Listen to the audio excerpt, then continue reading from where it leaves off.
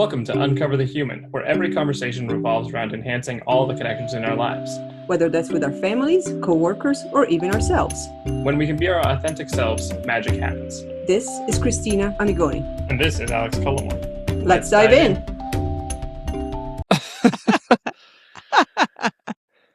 Welcome back to this episode of Uncover the Human. It's a just host episode. Today it's Cristina and I recording on God only knows what day of the week it is. I think we both lost track sometime around... and it's not. I thought it was Wednesday. That's why I didn't even try. Like, I was Wednesday. like, whatever I It's try not. is going to be wrong. It's so I have not a 1 in Wednesday. 7 chance, but really I have a 0 in 7 chance.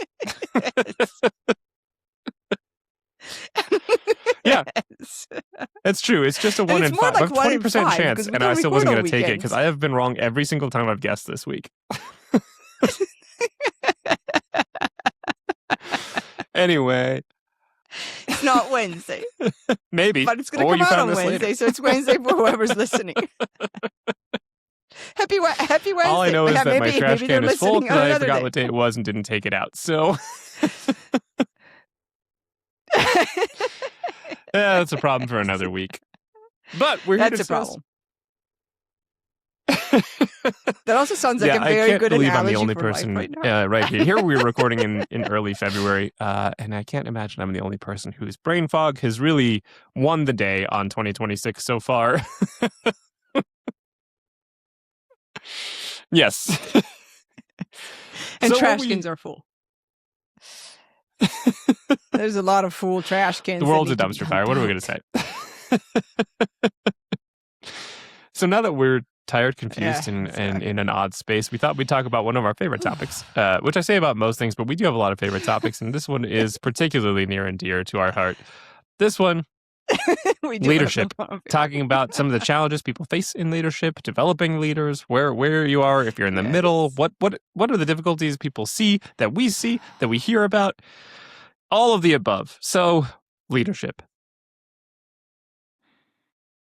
Full trash can. Again, full trash can. Yes, leadership. I loved your post on LinkedIn today, which for anybody that wants to go back and find it, it is Just Thursday, look for the boardroom February full of 5th, bots. That's the image. 2026. So you can look for that post.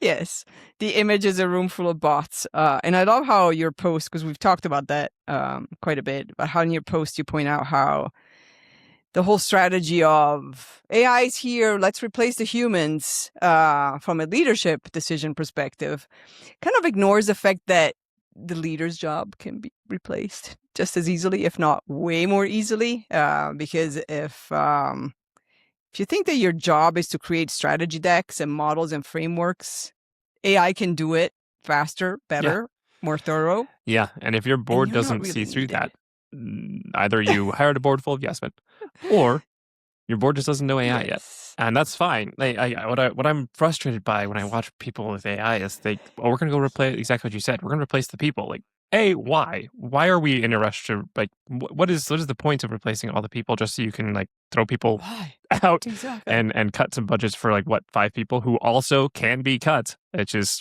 the point. Everybody can be cut if you want to cut that deep. If that's how you want to do it, you don't care about the outcome. Great. Cut everything. Yeah. Just have bots negotiating bots, and I guess we all, I don't know, retire to the streets. Yeah. And then the economy tanks because nobody has the money to actually buy the products and the services that you're selling. So what's the long-term strategy on cutting people? Yeah. From an And I can hear economic people point of view, probably it makes frustrated zero already sense. listening to this, being like, "No, there's important jobs in leadership. I'm necessary. I need to be done." Sure, yes, but here's the argument then that we have for leadership. Yes. It's that then your human portion of leadership is what's important. The fact that you're guiding people, the fact that you can get people on board with something, the fact that you can make critical decisions, Yes. respond to needs, not just respond to what has been done, because that's what all predictive text is doing. It's trying to figure out based on what is around. It's not creating new things. It's just trying to do the best of what already exists, which, to be fair, is what I've seen most strategy decks be. It's some regurgitation of somebody's idea or some analogy of something else, and that can be Yes. found. Whereas the Yeah. actual leading people there or Yeah. choosing the right one or figuring out why right now is the right time to do that, those are human decisions. Those are things that humans can do, need to do, and that's what leaders should be a part of. Yes. Yes. Supporting. That is literally the only job leaders are there for, is support the humans. If you take the humans out, guess where your job goes? Which I will accidentally In leave for a Alex's week. full trash So can. you're going to be cold, Think about it. Exactly. Yes. And possibly smelly and and filled with, Cheetos. Look, I Orange admitted dust. one time I like cheese So- puffs, which I do, and I know what Yes. wines pair with them. Don't test me. Also, here's a pro tip that you didn't know you were going to get on this podcast. If you don't like cheesy fingers, use chopsticks. Just chopstick your way out of some Cheetos. It's great. Life hack you didn't know you were going to get. Now, back to leadership. That's fascinating. Yes. So back to leadership. Why does leadership exist? What is your actual I think this is job? a funny thing What is you our mentioned. actual job? We We're started at leaders. the top. We started at the executive level of like, hey, you need to be able to support. And if you have a strategy, you're both choosing and discerning a strategy as well as making sure the environment is ready for that. And that means external and internal. So it's trying to make sure the world is going to respond well to this, as well as make sure everybody understands what it is and is supported, has everything they need so that they can actually make that a reality, and make sure they understand why it's important to them, why it's important at all. Make sure you're tying that back. All of that kind of support comes from the top level.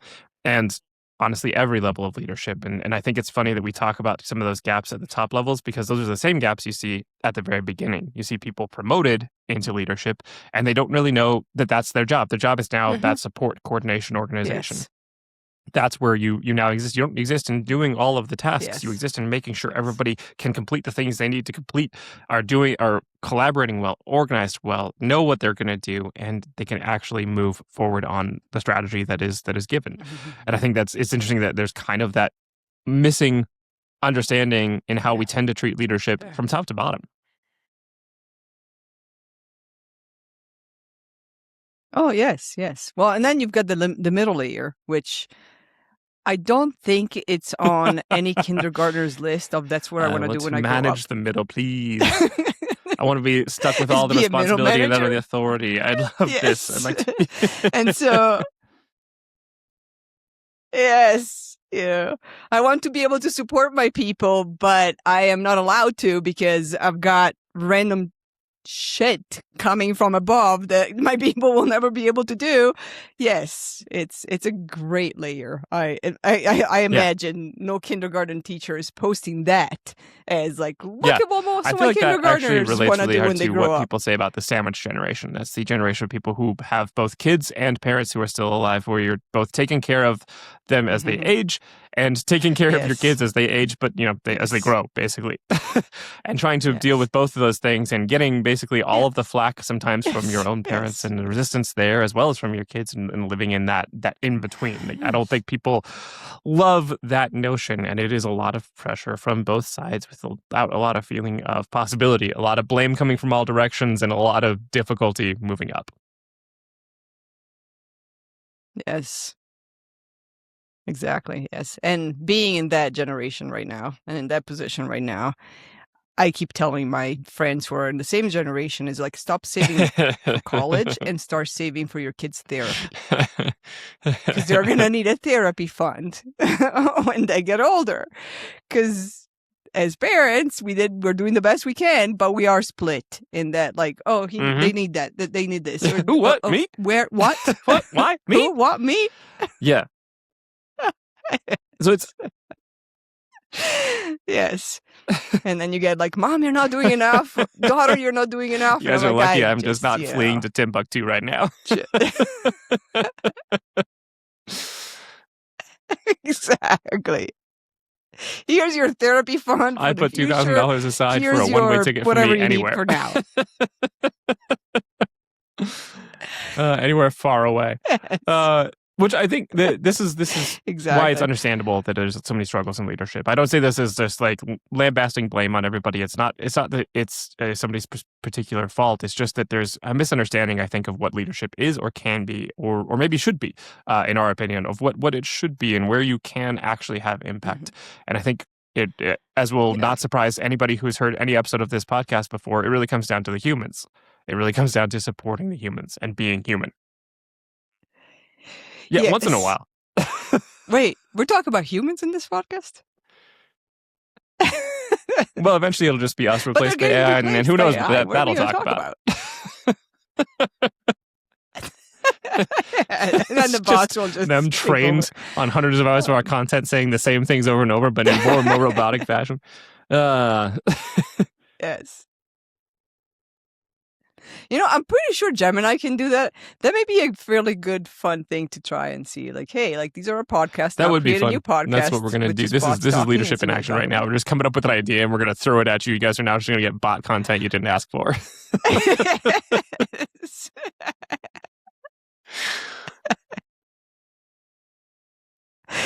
Yeah, yes. Also, leadership in action is getting shiny objects to I believe go we on went tangents on a bit of a soapbox every 5 to against shiny 10 objects seconds. not only So 2 back on episodes point. ago.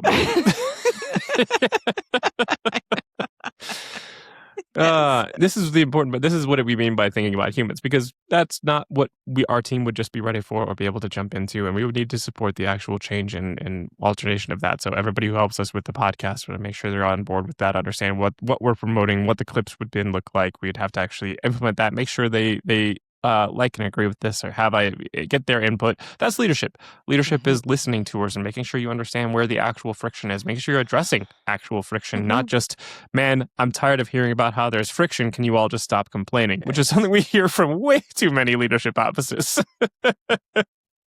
I get it. I understand it. It's understandable to feel very impatient. It's understandable to wish that things were different.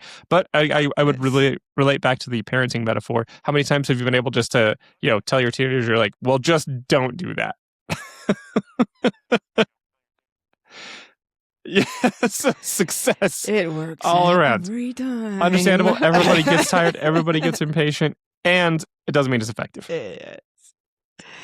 Yes. The voice of tired experience. Yes. It is not effective. So yes, it's about the humans. It's about meeting them where they are, understanding where they are, as opposed to assuming where we just had a conversation offline about what happens when you don't meet humans where they are. And it's like understanding where they are and, supporting, like, yes, come up with a strategy. Again, sorry, but ChatGPT is going to do it way faster than you can. Come up with a strategy. So tell GPT what strategy you want it to come up with. Come up with a strategy, but then move past that. That is not the point of your position. The point of your position is, like, can you be in the journey with the humans? Can you understand what they need so that they can rally around your journey that you want to make happen? And really get into that piece, which is a lot more listening than talking. And it's a lot more understanding than telling and imposing. And it does take what is my job? If I can't prove that my job exists because of the number of PowerPoints I've created, then what is my job? Welcome, bots. Change the measure of success, please. They can generate one every 2 minutes. Yes. And if you don't like PowerPoints, like Amazon, the number of documents, the number of Word documents. If it's something else, like, call it whatever you want. But the number of files that go around, it is not the measure of success of a leader. The number of times you reorganize because it doesn't work. Do you know what doesn't work? What is it that doesn't work? That's not the measure of success. I keep going back in my head to this phrase that I heard a couple months ago, and it just gets more and more relevant every day. And it's by Stafford Beer. He was quoted as saying, "The point of a system is what it does." And so the idea being that, like, whatever the outcome is, the system made that. Like, it's not that the system isn't the intentions. The system isn't what you like. You can have a strategy and you're like, this is going to increase growth. That's great if you implement it, quote unquote, and then everything falls apart. Like, that's not what you implemented. You didn't implement you don't implement intentions. You implement a system. And so until you understand the system, what's wrong, what's actually going on, what actually can be done, it's not going to work. And this is what actually, like, I think Hillary Clinton was pretty famous for being good at, like, just continually getting input for so many things. That's why when she was running for president, 10,000 years ago, whenever that was, she was pretty famous for having, like, large policy documents. Yes, I don't know. That was like 40 million years. I think I was. Oh, I don't know. Yeah. I'm pretty sure dinosaurs still existed, and they were really nice. Nobody's saying it. They were much nicer than a lot of humans right now.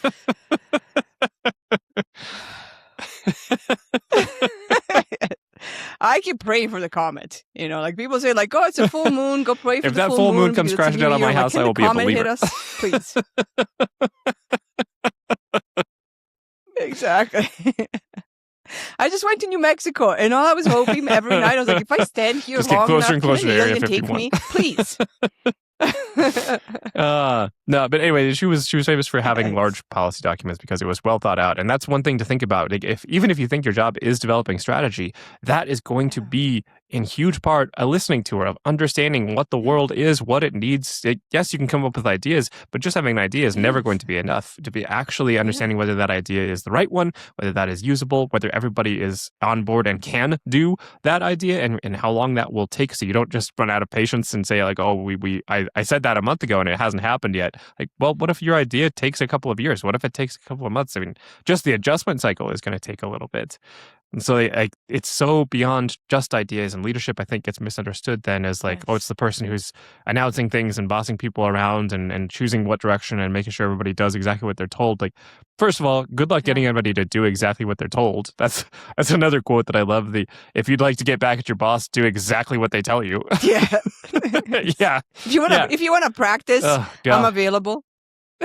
It's so many things that I think it just get missed. Like the idea is like, oh, I'm just going to command everybody. That's not leadership. It's not going to work. And it's, no. And then all of these things are important. A strategy. That's not leadership. All of those things can be important, useful. I'm going to create a model. Yep. Yes, that's not leadership. A new framework. I have a new framework. Model is out of fashion now, so it's we're transforming. You can't say change evolving. Now. You say a new framework.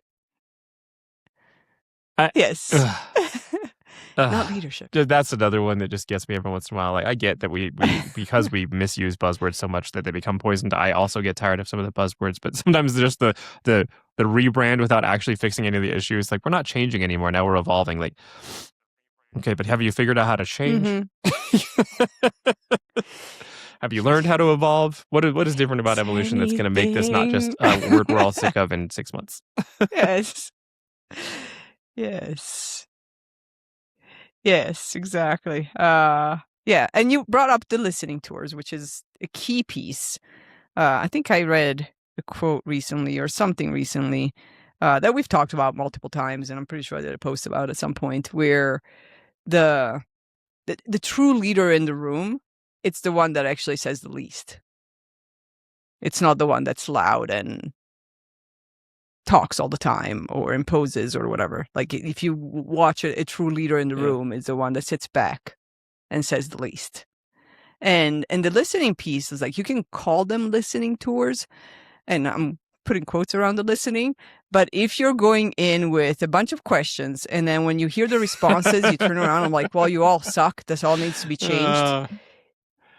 Those are my favorite listening tours when they come in and they're like, we're on a listening tour. Here's what we're going to do over the next 3 months. And then they just like talk you through like their idea for the next like hour. You're like, this is not listening. You're trying to get other people to listen and it's not working. It's not a listening tour. Or the like, I listened to everybody's feedback, but I'd already decided what was going to happen. So whatever you had to say doesn't matter. And even if you put on a nice face and you smile and you nod and you listen, and then you do nothing with it, like, it's obviously you're not going to take every piece of feedback. But if you have misheard or not listened to anybody, nobody believes they need to speak up. This is a good way to kill psychological safety. No. Yes. Oh, which is another big role of a leader. Create psychological safety. That probably is like, put it in your number one. Support psychological safety. Yep. That's your entire job description. You can do that. Things Everything else beyond that doesn't matter. Yes. Yes. Yeah. Job People of a should be able to leader is operate more independently, and you should working be able to themselves out like of a just job. continue to. You're there to like fix the things as they're going wrong. In that you're there to notice Yes. the things and know what's happening. And the only way to do that, really, the only way to actually understand what's happening, Yeah. is have enough safety for people to bring up the right issue to you. And if they can't, Mm-hmm. then eventually the car falls over, the wheels come off, everything like this. This is where things pop and things end suddenly, dramatically, and then everybody's surprised. Indeed. Yes. One of my favorite. Yes, exactly. One of Oh my boy. favorite evolutions. I'm gonna use evolution now. Um, into knowing that maybe you're somewhere close to being a successful leader is when you don't actually have to come up with big strategies and big changes and impose it and then go with the kicking and screaming and then you do it again after 12 to 18 months or 2 years because, well, that one didn't work. And it's really when it's the people have safe space and feel heard and feel that they can be their authentic self, that they're the ones that actually bring up the things that need to be changed. And they're the ones that say like, hey, I've noticed this. It's not quite working as smoothly as it could. This is our idea. Can we go do it? And can you open these doors for us? This is where leadership goes so much beyond a title, because what we find in organizations all the time, and this is actually where we started Siamo originally. We noticed that there were influencers in a culture that had nothing to do with title, had nothing to do with how high you are up in the org tree. These are the people that people turn to get information, to rely on like finding answers, and to rely on asking questions that they couldn't ask other people. It had nothing to do with the actual title of that person. And you can find these people in organizations by finding the people who are listening, and finding the people who people rally around and people want to hear. And well, hell, we have X person on board. Things are going to go a little bit better. Like, everybody's going to be excited if this person's in the room. Like, those are the natural people that people gravitate towards, find energy from. Those are leaders. It has nothing to do with the amount of direct reports they have. Or if they don't, there's a lot of leaders that have no direct reports. They're just good at understanding the system and helping people through it, getting that psychological safety and being the space for people to say the things they need to say and get things actually moving. Those are the important leaders in your organization. So when we say leadership, it's not about your title, it's about your influence. And most of the time, those are people that don't want to call themselves leaders. Indeed, yeah. No, they don't want to call themselves leaders. They don't even know that they're leaders. Other people call them leaders. And which is another big thing. It's like, you're not a leader because you call yourself a leader. You're a leader because people are coming to you. They're following you. They call you a leader. Same thing as listening. You're not a good listener because you declare you're a good listener. You're a good listener because people say, like, I really feel heard when I come to you. Then you're a good listener. But that's a huge thing. And, look for those people. Like, who do people go to? When they need help, who do they go to? Those are your leaders. If that person, that leader, needs help, needs information, needs something, do people actually respond? Can they actually, ping a bunch of people, pick up the phone, and they get information easily, voluntarily, but like with enthusiasm? Those are your leaders. Like, if you can actually say like, hey, I'll go talk to the marketing department and come back with an answer, you're a leader, because that department that has nothing to do with your department, and you're asking a question that they should not even, they have no authority or even interest in answering you. They're helping you. That's because you established safety, you established a relationship, you established something that creates this cycle of like, oh, yes, Alex asked me this. Of course I'll help him. And I think that as you described that, I would imagine, because I definitely had a few in mind, I would imagine people are picturing somebody in their lives. I imagine that you probably have some idea of like a person you turn to, a person you feel comfortable with, or when you have a problem, that's the person you go to. Those are your leader. And maybe it is the person who also happens to be your leader on the org chart. Maybe that is. I mean, that it's absolutely not out of the question. These aren't mutually exclusive. It's not that you're a leader or a title, that is. But you do have to exhibit leadership qualities to be that leader. And we've seen it on there's peer groups where everybody's at the same level, but there's a few people who kind of end up as the natural leaders of the group, or the people like when they need to talk to that peer group, they talk to the person they don't even report to. They need to go to that. They want an answer and they go to the other person. It's natural in how humans interact, and it's unnatural how we've just created titles and structures and then pretend like that's going to be enough to guide all of the behaviors. It can kind of influence some of them, but the real truth of the matter always comes out. If you're really listening, if you're really watching, the truth of the dynamics is always there. Yes. Indeed. Yeah, exactly. And, it really is, like, as a person, like, you want to be a leader, that's phenomenal. That's great. As we said, middle manager, probably not on the list of what kindergartners say I want to become when I'm, when I grow up. And yet, there's some phenomenal middle managers. There's some phenomenal people that are in that sandwich situation and do a great job. So we're not saying it shouldn't be an aspirational role. I really wish the system and organizations treated them better, but that's a separate problem. That's not a lack of leadership problem. Yes. It's a lack of leadership somewhere else, but not at that layer. But it's it's great. And then reframe. What am I here to do? How do I know that I'm being successful? Like, am I a person that, and I have a quiz, actually. two scenarios, and you can choose which one is a leader and which one is not.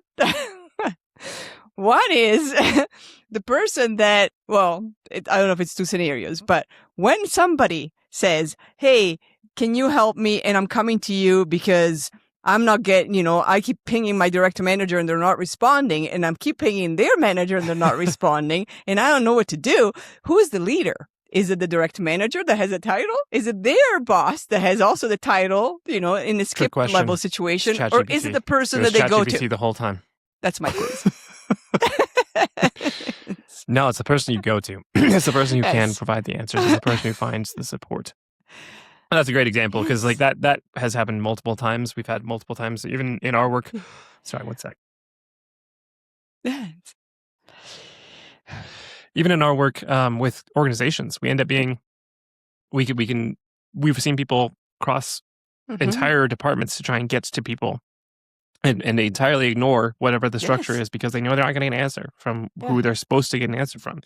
That's a problem that the leader at the level above, quote unquote, should probably be aware of and be addressing. That's where the problem is. Yeah. Yes.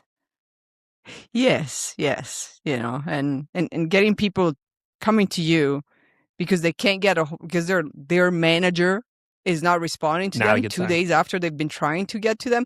Not a good sign that the promotion was, that the promotion worked out. Yeah. Just not.